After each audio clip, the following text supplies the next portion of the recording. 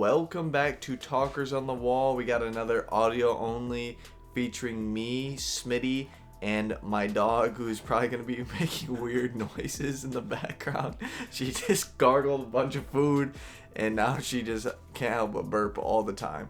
But yeah, we're here talking about Euphoria, and my oh my, this episode covers a lot. Typically the way we do is quick synopsis with all the characters going through it, but first we'll just go with general thoughts. Personally, I'm going to give this maybe like a 6.5 out of 10. I think, honestly, this might be my favorite episode of the season. I'm completely in agreement. It was really good from like beginning to end. When I say really good, the Sydney Sweeney stuff was kind of weird, but yeah, but that's good for her character. Yeah. But yeah, overall the episode, I think meshed really well and played really well. Yeah. You know what? Let's say our MVP of the episode on 3. You got it locked in? Yeah, I think I got one. Okay. 1, 2, 3, Maddy. Alamo. Oh, okay. I think we're gonna be leading to the same point. Yeah. I feel like they're both characters that fill a similar role. Mm-hmm. And now at the end of the episode, like they're kind of joining. That's a dynamic duo. That was a crazy scene. Like I loved like the diner scene. Oh yeah. Like that was like so cool, especially like the contrast of like Rue just being constantly on the defensive. Yeah. Because she's like a double agent and she's just terrified of Alamo. Mm-hmm. And then Maddy just walks in. She's like, I don't give a fuck what the fuck you're doing. I want money. Yeah. And like Maddy is like, she's been the MVP of the season. Honestly, it might be recency bias, but she might be my favorite character throughout this whole shebang. But yeah, no, that was like the highlight of this episode was just that scene of Maddy taking control and working with Alamo and picking up the girls that they want. But yeah, no, I mean, I think we're gonna be leading to the same spots. But yeah, would you say that's where kind of like you were leading to with like Alamo? Yeah, it was like the diner scene, the whole just like him and Maddy going back and forth, the whole, and then he actually from the jump, he seemed like a character who like knew everything, and then was given a broader perspective through Maddy. Yeah. On damn, I could make show business more money. Yeah. Just throwing them bitches online. Yeah, so true. Yeah, no, I mean, there's a lot of stuff to cover in this episode. But I kind of want to talk about the future of what could happen in the next episode because it did leave on a cliffhanger. Yeah. I mean, I don't think Rue's gonna bite it. I don't think Alamo's gonna kill her. I think she gets hit. Yeah. But I don't think she dies. Yeah. I think she gets kind of like the Nate Jacobs treatment of like beaten into like a submission place. Yeah. And she might let spill that like she works for the DEA, and then he's like, well then I'll just like use you to screw over all my enemies. Yeah. Literally that. And like, I was thinking, I was like, man, there's no way. And then I was like, there's really no way because he just became partners with Maddy. Yeah. But, like, I don't know. I don't think so. I do hope, this can sound really bad, but I do hope that she actually faces a little bit of her consequences of her actions. And I hope she does get injured, like you said. Yeah. But, yeah, no, I mean, this episode felt very, like, ooh, now we're intertwining a little bit. And we mentioned it before. We'll talk about Cassie. Yeah, I mean, it is weird. But, I mean, it's very Euphoria. Yeah. It's not, like, out of the norm, I would say. And, yeah, I mean, that's just what she wants to do. She wants to become famous. My God, did I feel really bad for Lexi. Yeah. She's how kind like of just being like because she like by everybody. Yeah, she pile drived her way into like show business, and then like she used her last name. Yeah. When she's married to Nate. It's like even worse because in the last episode she was like Jules. Jules. Yeah. Yo, you're an up and coming artist. I can give you your big break. And then Jules fucking shit the bed on that one. So and true. then Maddy comes to her and is like, hey, I need you to do this. And she goes, I just can't, like, use my job that way. She goes, you want to be my enemy? It's like, damn. Yeah, no, I think it would be very sad, but so very Lexi's character arc to lose her job because of the environment of what she was in high school that brought her down. Like, there's a reason why she succeeded so well out of high school, while all these people that peaked, like Maddy and Nate and Cassie, like, why they're struggling. Because, I mean, Maddy was struggling. I mean, right. let's be real. She was kind of in that similar spot as Lexi a little bit, but, I mean, I'd say they're similar. But I'd still say that, Maddy's not near as bad as, like, Cassie and Nate. Yeah. And, like, the BBs and all that fun stuff. But, yeah. So we can talk about a little bit more about Alamo. The whole little guy thing. Yeah. That felt like, okay, we need to show something about this guy that's not just macho. Like, right. Yeah. And also, he mentioned something that, like, Lori took that he didn't even care about the money. She has something that's more valuable.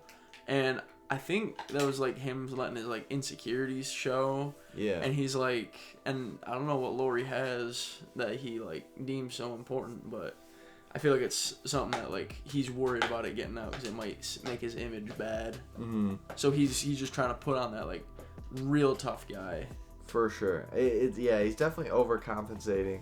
And, like, we've seen, like, Lori's gang and Alamo's gang, like, hop in, like, this gang war kind of in a sense. But, like, now it's a Cold War.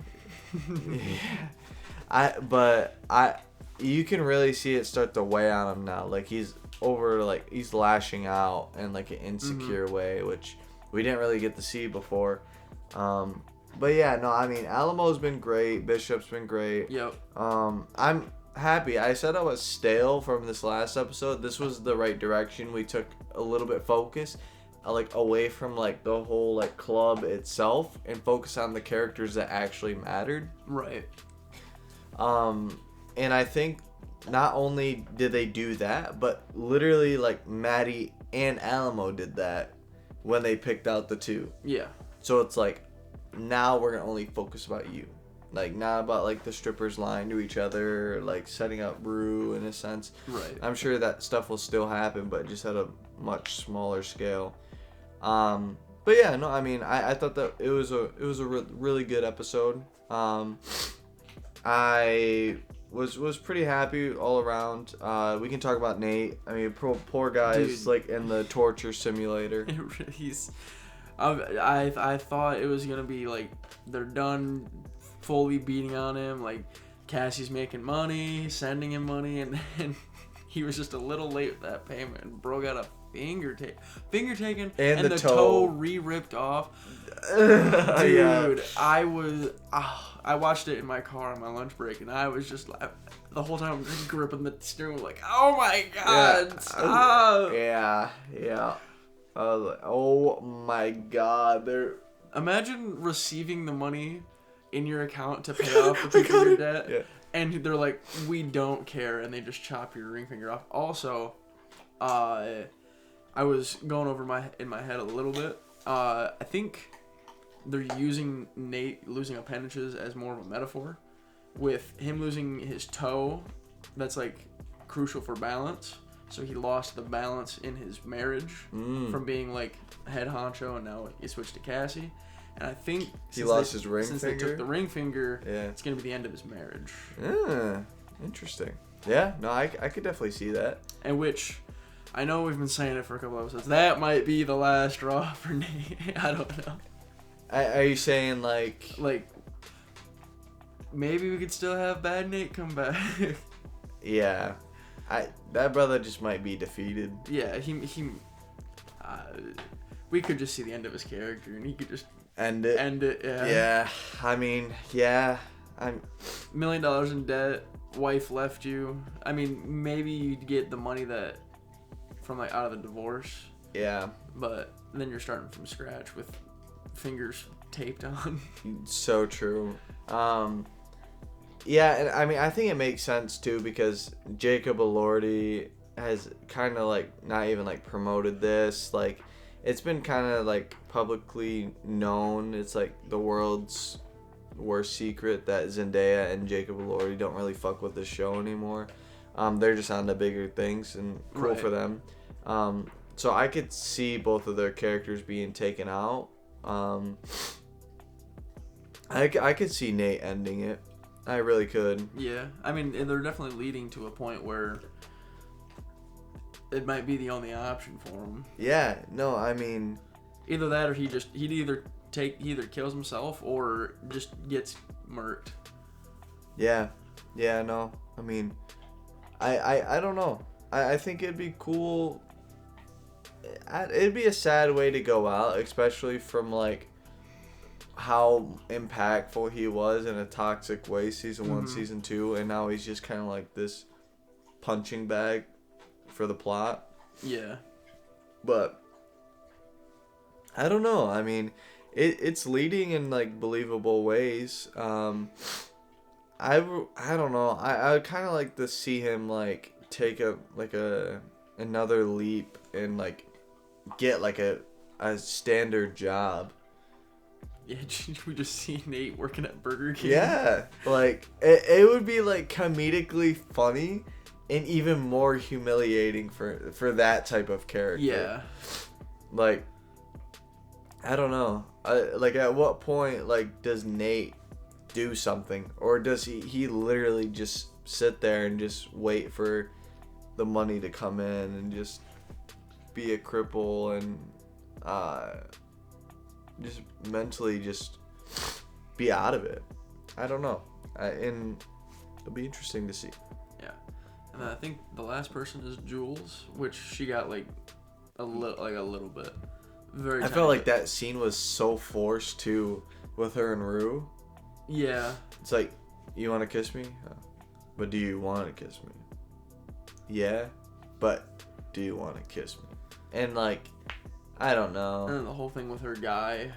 Yeah. Her boy. Yeah. It seems like that could be getting into like dire straits, like her and her mans. Yeah, no, I don't know. I mean, Jules is like the weakest plot point. Yeah. It's like pretty clear cut. Like, they have to force her to be into certain scenes or have our characters go so far out of their way to have these deep convos with Jules. I don't know. I mean, I don't know how this ends up. Yeah, I don't know how they would tie in Jules. I don't know if they should. Yeah, I mean, it's just a, I don't want to call it filler, but it's just, I think they have the Jules character and like, ooh, we need to do something with this character. They've had that character just on like the back burner for the whole season, so it's like, yeah, you've underutilized the character, and now is it even worth using? So true. Yeah. Let's see. We went Lexi, Maddy, Nate. We talked about touched on Cassie a little bit. Yeah, we touched on Cassie. Yeah, I mean, just ending like things off with Cassie, I guess again.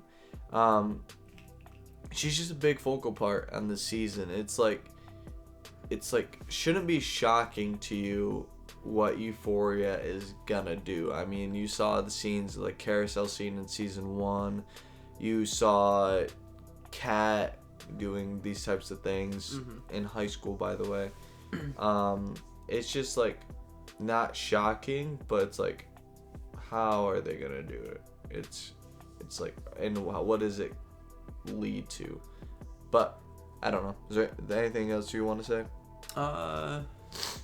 I did really like the scene where like Cassie first signed that first contract, and then she was trying to like end it with Maddy. And, Maddy's like, oh, okay. Yeah, I'd like to cancel that interview. Wait, no. Yeah. No, I'm sorry. It's like, good for Maddy. Yeah, Maddy is like the type of character who's got the leash. no matter like how on like the how bad her hand is in a situation, she always like puts on like a strong face and like will always do the like best to fight back. Like she'll never end a fight not fighting, or not fighting to the end. But that will actually lead me to, I mean, I think what she did with Alamo was just, you know, a self-defense mode, you know, to build up more ammunition against Cassie. Like, fucking you leaving me? I got Kitty. Yeah. Yeah. She's just literally another you that does crazier shit. She's fucking actual dudes. Yeah. So true. But yeah, no, that was a good point. That was a really good scene. And yeah, it just really brings out why Maddy's my MVP. But overall, really good episode. I mean, 6.5. I think that's where we're at. We've been consistent 6s and like 5s. But we're building. And I'm very curious to see how this season ends. If this is the series ends, there's massive talks about doing a season 4. But nothing's concrete just yet. And it makes me kind of curious on how it will end. But, yeah. You got anything? Nope. Yeah, cool. See ya.